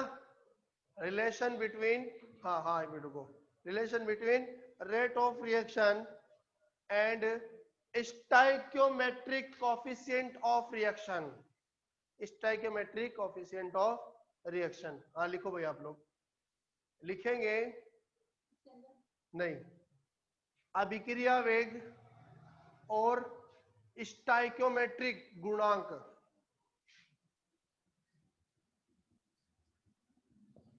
स्टाइकियोमेट्रिक गुणांक के मध्य संबंध करवा भाई। चलो कहां से आए तुम? पीरियडिक टेबल याद है क्या? आवर्त सारणी है, देख उसके पास बैठ वहां पर। चल एक काम कर, तुम्हारी नोटबुक दे दे इसको, तू आगे बैठ जाए, यहाँ पर, यहाँ बैठ जाए, यहाँ पर यहाँ पर यहाँ पर। हाँ ये है ना, देखिए इसको याद कर ले, इसको ना, इनको याद कर ले, यहाँ पर लिख ले पहले तो, फिर इनको याद कर लेना बेटा बेटा। चलो फिर इनका बताएंगे क्या करना है आपको। हो गए ना? चलो आप लिख लिया गया ये। अब ये स्टाइकियोमेट्रिक कोएफिशिएंट क्या होता है और रेट ऑफ रिएक्शन के बीच में क्या आपको संबंध बताना है, उसके बारे में अपन बात करते हैं। अपन ने बात की थी लास्ट लेक्चर के अंदर। देखो क्या होता है, सबसे पहले मैंने एक रिएक्शन को लिखा A+B, इससे क्या बनेगा आपसे, प्रोडक्ट बनेगा, तो प्रोडक्ट बन गया P। समझ गए क्या? बताओ, ठीक है ना? अब क्या है, यहां पर मैंने 2 लिख दिया, यहां पर मैंने 3 लिख दिया, यहां पर मैंने 4 लिख दिया। क्या लिखा यहाँ पर? 2, यहाँ पर 3, यहाँ पर 4। जो यहाँ पर 2, 3, 4 लिखे ना, इनको कहते हैं स्टाइकियोमेट्रिक कोएफिशिएंट। समझिए क्या? जो 3, 4 से लिखा है इसको क्या कहते हैं अपन? Stoichiometric coefficient. अब आप ना इस रिएक्शन के अंदर रेट ऑफ रिएक्शन के को लिखना है, इसको क्या लिखना है, इसको रेट ऑफ रिएक्शन के बराबर। अब आपको पता है instantaneous rate of reaction is equal to कितना होता है, rate of reaction is equal to plus minus D C upon D T, पता है क्या? Instantaneous rate of reaction is equal to कितना होता है, plus minus D C upon D T. अब आपका बताएगा रिएक्टेंट की कंसंट्रेशन इंक्रीज होती कि डिक्रीज? डिक्रीज होती, तो डिक्रीज के लिए कौन सा साइन लगाएंगे अपन? माइनस साइन लगाएंगे। तो रिएक्टेंट की कंसंट्रेशन ऑलवेज डिक्रीज होती है, इसलिए क्या लगाएंगे? माइनस। अगर इसको मैं रिएक्टेंट के लिए लिखना चाहूं तो क्या लिखूंगा? Rate of reaction is equal to minus D R. Reactant है ना, तो D R upon D T. अगर मैं इसको प्रोडक्ट के लिए लिखना चाहूं तो क्या लिखूंगा? Plus D P upon D T. सही है क्या? यहाँ पे डेल भी लगा सकते हैं ना वो? डेल भी लगा सकते हैं, बट वो एवरेज रेट के अंदर है। इंस्टेंटेनियस रेट ऑफ रिएक्शन की बात करें तब आपको डी लगाना है। हाँ ठीक है क्या? चलो, तो अब देखो minus T R upon D T और plus T P upon D T आ गया। अब आपको इस रेट ऑफ रिएक्शन को इसके इक्वल लिखना है, तो कैसे लिखेंगे? Rate of reaction is equal to, तो क्या लिखेंगे? देखो इसके लिए लिखना है आपको रिएक्टेंट है ये, रिएक्टेंट के लिए कौन सा साइन आएगा? माइनस। रिएक्टेंट के लिए कौन सा आएगा? माइनस। तो क्या लिखेंगे? देखो माइनस डी, अब ये देखो डी अपॉन डी टी क्या है? Minus D upon D T. अब यहां पर क्या लिखते हैं अपन? रिएक्टेंट। कौन सा रिएक्टेंट है यहां पर? ए ना, तो यहां पर क्या आ जाएगा? ए आ जाएगा। पावर में चली जाएगी। नहीं, ये जो है ना आपके पास ये मोल, ये इसके पावर में यहां नहीं जाती है, ये इसके अपोन में जाती है, डिवाइडेड के अंदर। ये अपॉन में जाती है, वो पावर में जाती है। हाँ, ऐसा क्यों होता है? देखो ऐसा इसलिए होता है क्योंकि रेट ऑफ रिएक्शन आप रिएक्टेंट के थ्रू भी निकाल सकते हैं और प्रोडक्ट के थ्रू भी निकाल सकते हैं। कब निकालेंगे? जब इनकी और इनकी अमाउंट इक्वल होगी तब आप निकाल सकते हैं। ये तो देखो 2 गुना है यहाँ पर, ये 3 गुना है यहाँ पर, और ये 4 गुना है। सभी को ना इक्वल करना, ये भी 1 करना, ये भी 1 करना, ये भी 1 करना है, तो क्या करेंगे? इसको तो 2 से डिवाइड कर दो, इसको 3 से कर दो, इसको 4 से कर दो। इस तरीके से अगर अपन डिवाइड कर देंगे तो इसकी वैल्यू 1 आ जाएगी, इसकी भी वैल्यू 1, इसकी भी वैल्यू 1। इस तरीके से रेट ऑफ रिएक्शन बहुत आसानी से रिएक्टेंट या प्रोडक्ट के थ्रू अपन निकाल सकते हैं। क्लियर है बात? तो अब आप इसके लिए क्या लिखेंगे? -1/2 डी ए। ए क्या है? Concentration of reactant. माइनस क्यों लगाया यहाँ पर? क्योंकि ये ना रिएक्टेंट के लिए रिएक्टेंट की कंसंट्रेशन लो होती है, इसलिए यहाँ पर माइनस लगाया। ठीक है, इक्वल। अब आपको इसके लिए लिखना है, तो कैसे लिखेंगे बताओ? 1/3 dB अपॉन dt। ठीक है ना? अब इसके लिए लिखना है तो कैसे लिखेंगे रे? तू बताएगा। इसके लिए लिखना है मुझे, ये कैसे लिखेंगे? 1/4। क्या है? +1 अपॉन, सर अगर प्लस को लगाया नहीं लगाया लगाना है यहाँ पर dp अपॉन, अरे बताओ समझ में आया कि नहीं आया? ये लिखना समझ गया क्या तू? अरे यार अरे तो आ जाए तो इसका मतलब ये नहीं है कि जो है खुद समझ में नहीं आएगा। क्लास में बैठे तो समझ में आना चाहिए ना। समझ रहे क्या मेरी बात? हाँ, तो देखो कैसे लिखा। चलो मैं दूसरी केमिकल रिएक्शन ले रहा हूं ना, N2 + H2, इससे क्या बनेगा? अरे क्या बनेगा इससे? हाँ, 2NH अरे NH4 NH3 बनेगा, अमोनिया। NH3 अरे जब आप नाइट्रोजन को और हाइड्रोजन को मिक्स कर रहे हैं तो NH3 अमोनिया बनता है। जब आप H2 को Cl2 को आप मिला रहे हैं, मिक्स कर रहे हैं, तब क्या बनेगा? HCl बनेगा। अरे कैसे नहीं आता? बताया था ना मैंने। चलो, यहाँ पर कितने नाइट्रोजन है? यहाँ पर कितना है? तो 2 से मल्टीप्लाई कर दो आप। ठीक है ना? यहाँ पर कितना हाइड्रोजन है और यहाँ पर कितना है? आफ्ताब, हाइड्रोजन कितना है? अरे 3 को 2 से मल्टीप्लाई करो, क्योंकि यहाँ पर 2NH3 है। ठीक है ना? तो कितना हाइड्रोजन है यहाँ पर? 6। यहाँ पर कितना है? 2 को बराबर करने के लिए क्या करेंगे? ऐसे 3 से मल्टीप्लाई करेंगे अपन। ठीक है ना?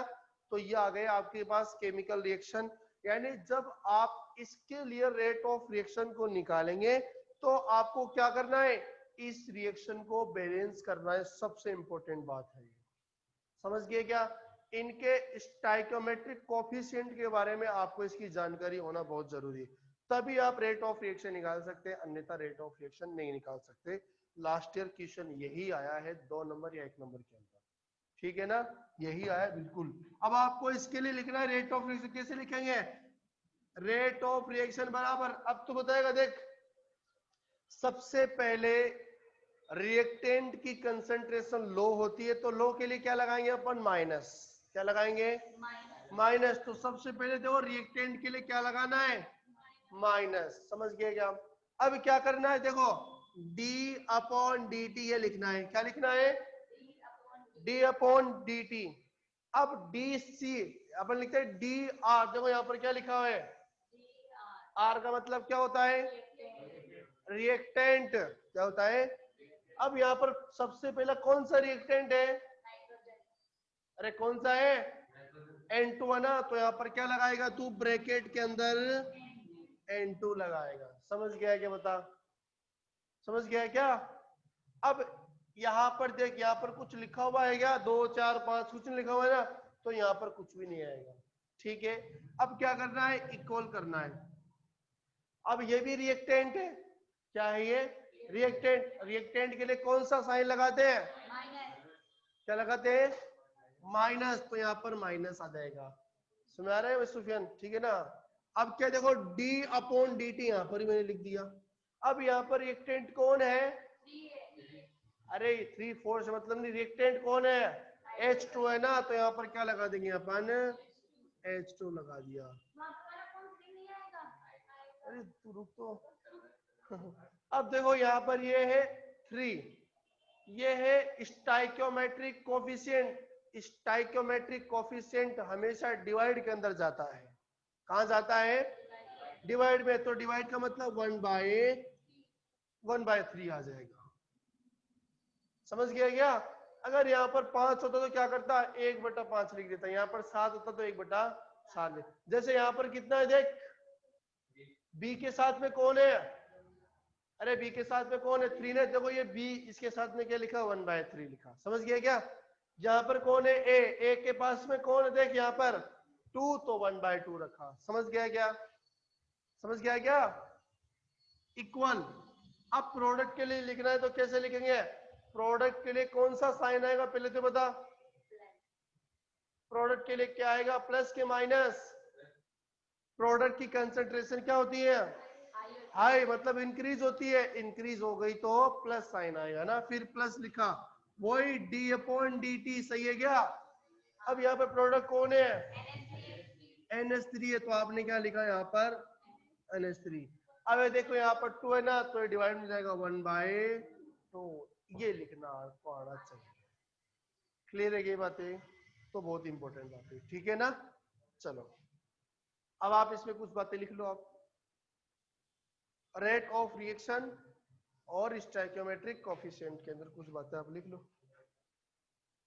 थोड़ी पीछे दो बेटा, लिखेंगे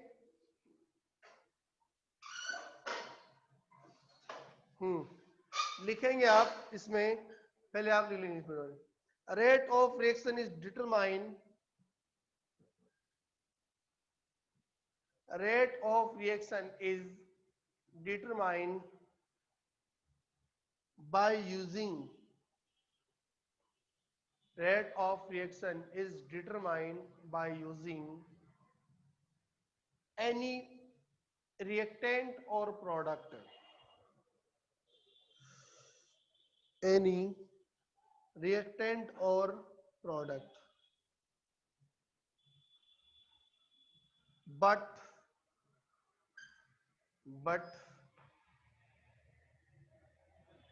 for this stoichiometric coefficient FR, but for this stoichiometric coefficient of reaction, stoichiometric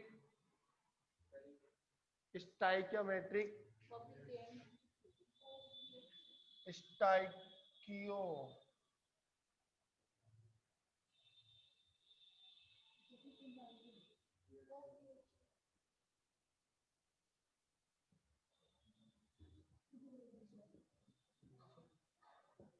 stoichiometric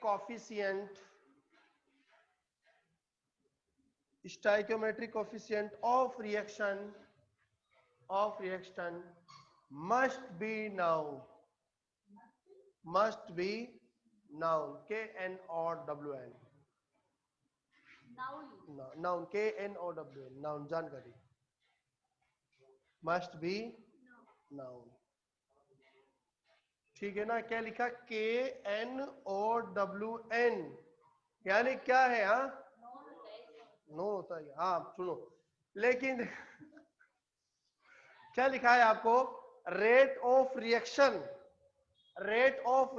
अगर यहां से आप प्रोडक्ट और रिएक्टेंट के थ्रू निकाल सकते हैं ये तो लिखा है ना रेट ऑफ रिएक्शन जो है क्या कर सकते हैं अपन देखो क्या लिखा है rate of reaction is determined by using any product और रिएक्टेंट यानी रेट ऑफ रिएक्शन प्रोडक्ट या रिएक्टेंट के थ्रू निकाल सकते हैं मतलब इनको यूज करके आप डिटरमाइन कर सकते हैं बट इसके लिए क्या चाहिए आपको स्टाइकियोमेट्रिक कोफिशिएंट की जानकारी होना चाहिए समझ गए क्या इसके अंदर समझ गए ना अब देखो एक चीज और मैंने बताया कि स्टाइकियोमेट्रिक आपको सबसे पहले लिखना है रिएक्शन के अंदर ठीक है ना तो एक बात और लिख लो इसके अंदर के नीचे इन स्टाइकियोमेट्रिक इसके नीचे लिख लो इन stoichiometric it is necessary for in stoichiometric it is necessary for that the chemical reaction is balanced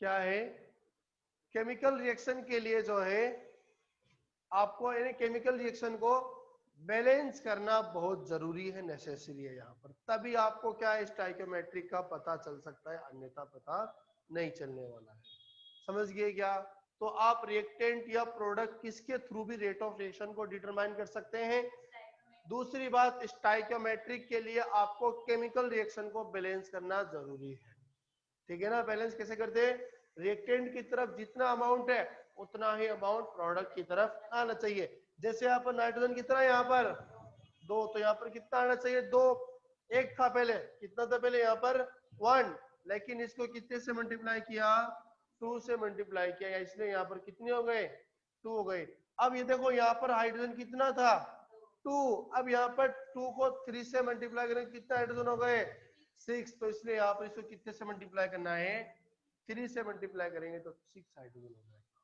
ठीक है यही बात है तो आपको पता रहना चाहिए ठीक है ना आप इनको उतार लो भाई तू लिखो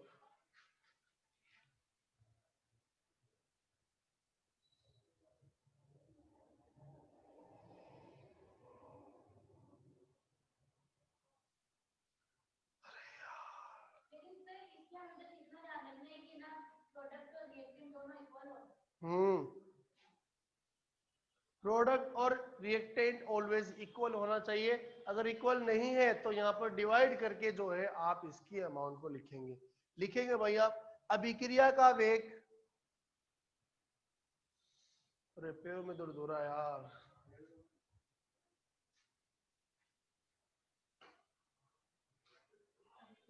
अभिक्रिया का वेग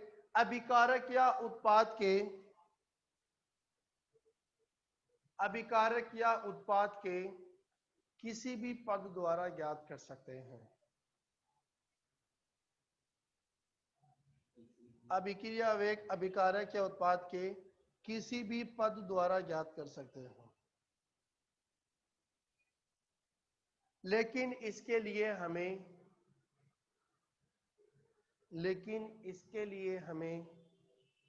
स्टाइकियोमेट्रिक गुणांक की जानकारी होना जरूरी है लेकिन इसके लिए हमें स्टाइकियोमेट्रिक का मतलब होता है रस समीकरण मितीय रस समीकरण मितीय ने स्टाइकियोमेट्रिक गुणांक की जानकारी होना जरूरी है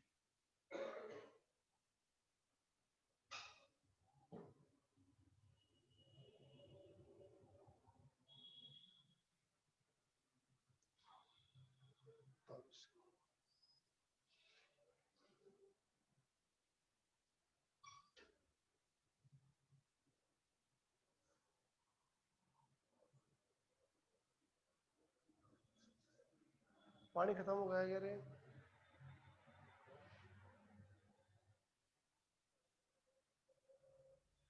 अब एक केमिकल रिएक्शन में लिखता हूं, आप जो है उसके लिए लिख सकते हैं ना? अरे बोलो हाँ के ना। एक रिएक्शन में लिखता हूं तो उसके लिए आप जो है रेट ऑफ रिएक्शन ऐसे कुछ लिख सकते हैं ना?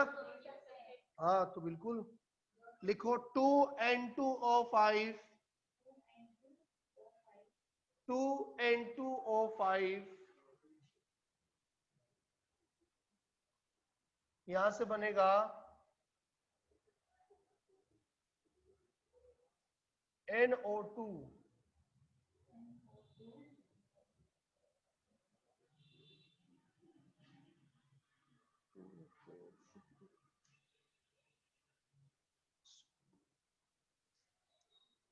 अब आप इसको बैलेंस करेंगे तो सबसे पहले आप बैलेंस करो। चलो यहाँ पर 2 नहीं है, लेकिन तो कैसे बैलेंस करेंगे बताओ आप पहले तो मुझे।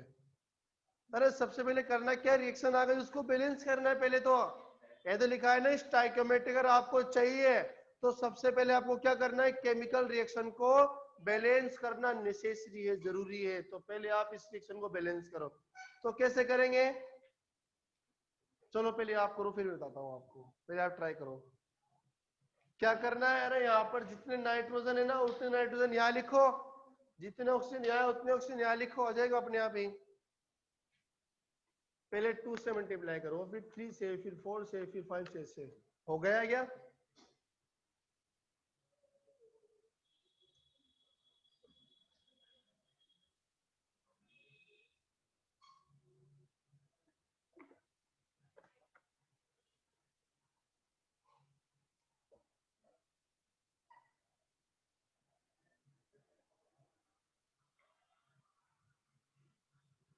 सर ये प्रोडक्ट है या रिएक्टेंट है? रिएक्टेंट है बेटा, जो तीर का निशान से पहले जो होता है ना वो रिएक्टेंट ही होता है ऑलवेज। इसको बैलेंस तो नहीं किया आपने बेटा, डायरेक्ट लिख रहे हैं आप। मैं बैलेंस ही कौन कर रही हूँ? डायरेक्ट नहीं लिखना, पहले बैलेंस करना है आपको। बैलेंस सारे करना 2 4 बिल्कुल, देखो इसको तो आ गया, दिया। बता दो दे खड़ी ने। देखो यहाँ पर कितने नाइट्रोजन है दो। और यहाँ पर कितना है 1 है ना, तो इसको पहले 2 से मल्टीप्लाई करो। आगे कर लिए। लेकिन सुनो तो मेरी बात पूरी। अब ऑक्सीजन देखो यहाँ पर कितने हैं, यहाँ पे 4 हो गए। 4 और 2 6 हो गए ना ऑक्सीजन। और यहाँ पर कितने ऑक्सीजन है, यहाँ पर तो 5 और यहाँ पर 6 है, तो ऑक्सीजन बराबर नहीं हुए। तो सबसे पहले आपको ऑक्सीजन को इक्वल करना है। तो क्या करेंगे, देखो इसको तो मैं 4 से मल्टीप्लाई कर दिया मैंने, कितने ऑक्सीजन हो गए यहाँ पर, 4 दूनी 8, और 8 और 2 कितने हो गए 10। और यहाँ पर मैंने अब देखो ऑक्सीजन कितना है यहाँ पर 5 है ना, तो 2 से मल्टीप्लाई करें कितने हो गए ऑक्सीजन 5 हो गए, 5 दूनी 10 हो गए ना। अरे ऑक्सीजन 10 हुए कि नहीं हुए। अब नाइट्रोजन देखो कितने नाइट्रोजन है यहाँ पर और यहाँ पर कितने हैं, ये केमिकल रिएक्शन हो गई इक्वल। चल लिखे आप, लिखेंगे हो गया क्या, इसके लिए लिख लिया क्या वो रेट ऑफ रिएक्शन, ये अभिक्रिया वेग लिख लिया, दिखा। अरे इसके लिए लिखना है यार, इसके लिए डी बाहर आएगा, डी हाँ कोष्टक बन गया था। कोष्टक का मतलब होता है N2O5 की कंसंट्रेशन, डी dt NO2 4 आ गया प्लस, चलो सही है बिल्कुल, वेरी गुड, लिख लिया क्या रे।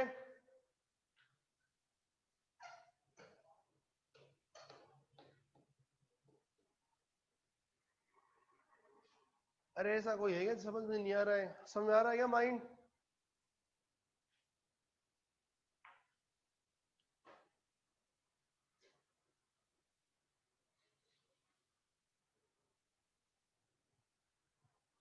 अब आप इस रिएक्शन के लिए लिखना HI, वहां से H2 बनेगा प्लस I2 बनेगा, दूसरा है H2 प्लस Cl2, इसके लिए आप लिखेंगे। ये दो रिएक्शन में देखे जा रहा हूं, आप लिखो ना, मैं आता हूं। याद कर लिया क्या भाई तूने? हाँ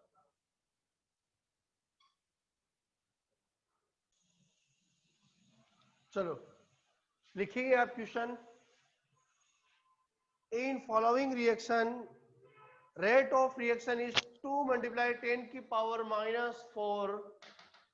लिख लिया ना? फिर क्या है? Mole litre inverse second inverse. Then calculate the rate of reaction, sorry से लिखो, then calculate of rate of use, then calculate the rate of use of nitrogen and hydrogen. Then calculate the rate of use of nitrogen and hydrogen and rate of formation of ammonia and rate of formation of ammonia। क्या पूछा गया है? तूने English में लिख लिया क्या? हाँ, in following reaction. In following reaction का मतलब नीचे वाली रिएक्शन के अंदर। अब वो नीचे वाली रिएक्शन कौन सी है? ये है नीचे वाली। N2 प्लस H2 इससे क्या बनेगा आपके पास? अरे क्या बनेगा? NH3। ये आपको रिएक्शन दिया गया है इन फॉलोइंग रिएक्शन, और इस रिएक्शन की रेट ऑफ रिएक्शन कितना है? रेट ऑफ रिएक्शन कितना है? 2 मल्टीप्लाई 10 की पावर -4 मोल लीटर इनवर्स सेकेंड इनवर्स है। समझ गए क्या? और आपको इस ये केमिकल रिएक्शन की जो नाइट्रोजन और हाइड्रोजन है उनके तो यूज होने की रेट निकालना है और इस NH3 के फॉर्मेशन की रेट निकालना है। यानी इसका तो कितना यूज में होगा और इसका कितना फॉर्मेशन होगा वो निकालना है आपको। तो कैसे निकालेंगे? एक ही तरीका, इसको आप लिखो, फिर आपको रेट ऑफ रिएक्शन दे रखा है, इसकी वैल्यू इसके इक्वल है, इसकी वैल्यू इसके इक्वल है, इसकी वैल्यू इसके इक्वल है, सब कुछ अपने आप ही आ जाएगा। समझ गए कैसे निकालेंगे? देखो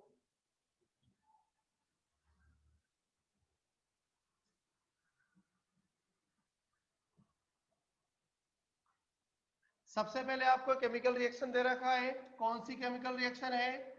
N2 प्लस H2 इससे क्या बनेगा आपके पास? NH3। इतनी दे रखा है, इसको बैलेंस करना है आपको। यहाँ पर कितने नाइट्रोजन है?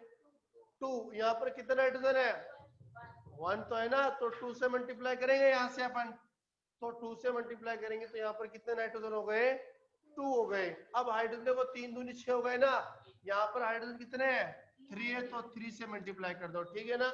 अब आप इसको क्या करना है? रेट ऑफ रिएक्शन के इक्वल लिखना है। तो rate of reaction is equal to क्या आएगा? -d N2 upon dt equal to -1/3 dH2 upon dt।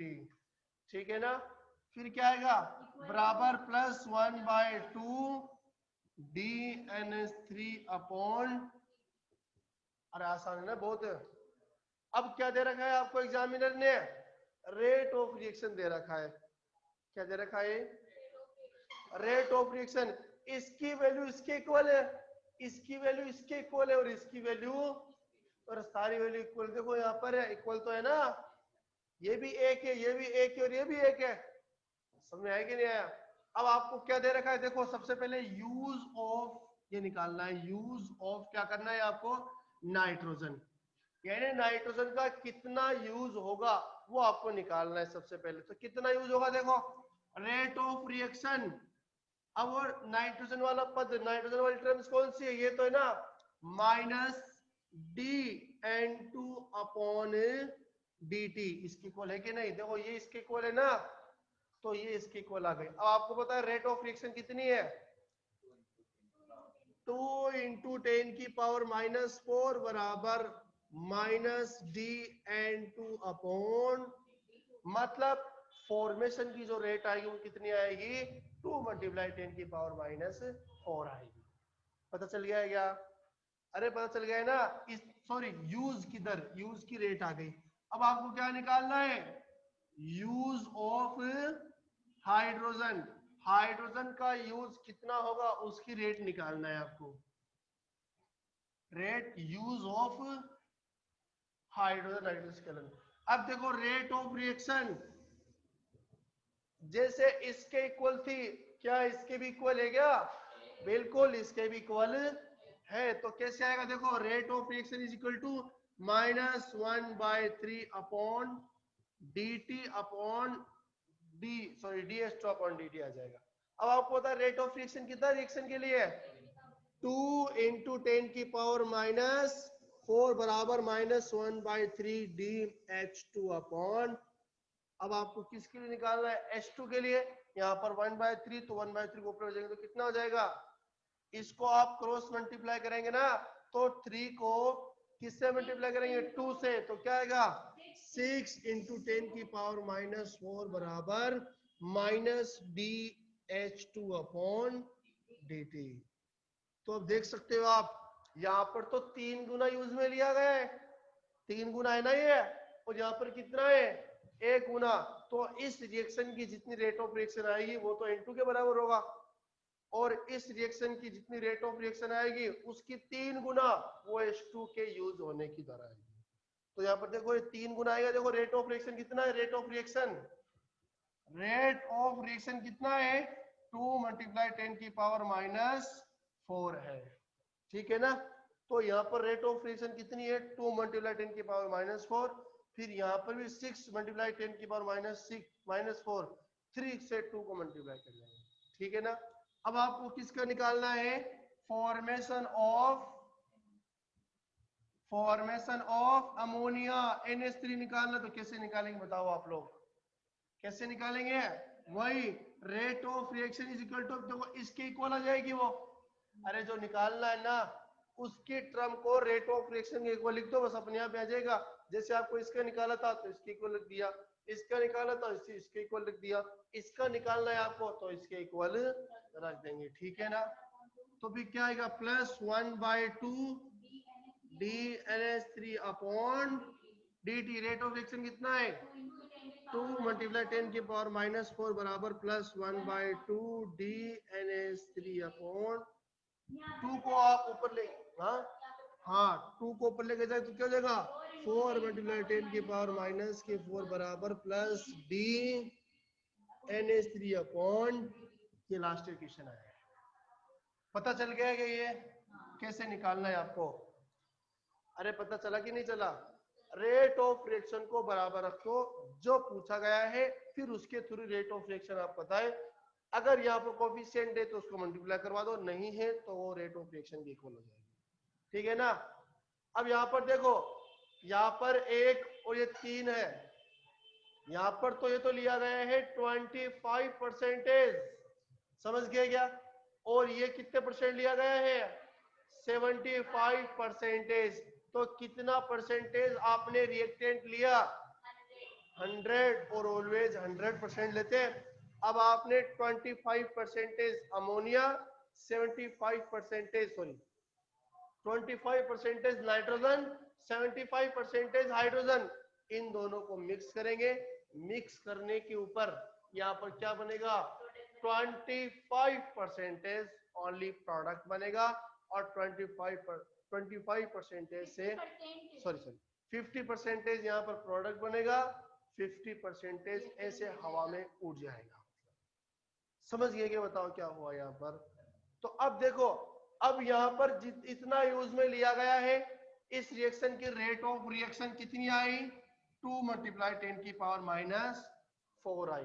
तो अब इसकी रेट ऑफ रिएक्शन इसके यूज होने की रेट ऑफ रिएक्शन के इक्वल होगा, और इसकी इस रिएक्शन की रेट ऑफ रिएक्शन इस रिएक्शन की 3 गुना रेट ऑफ रिएक्शन के बराबर होगा। जैसे इसकी रेट ऑफ रिएक्शन कितनी है, अरे इसकी केमिकल रिएक्शन की 2 × 10 की पावर -4 है, तो अब H2 के यूज होने की कितनी आएगी, यूज होने की 6 × 10 की पावर -4 आएगी, ठीक है ना। अब देखो ये NH3 है, ये 50% इसका फॉर्मेशन हुआ है, तो रेट ऑफ रिएक्शन कितनी है इसके लिए, इस केमिकल रिएक्शन की रेट ऑफ रिएक्शन कितनी है, अरे यार 50% नहीं, रेट ऑफ रिएक्शन 2 मल्टीप्लाई 10 की पावर -4 है, तो ये इस केमिकल रिएक्शन के रेट ऑफ रिएक्शन के 2 मल्टीप्लाई में आ जाएगा, मतलब ऐसा है। तो देखो आप ये 4 मल्टीप्लाई 10 की पावर -4 ये फॉर्मेशन की रेट ऑफ रिएक्शन आएगी। समझिए कैसे निकालना है आपको, तो इस तरीके से निकालते एग्जाम है ना, आप इसको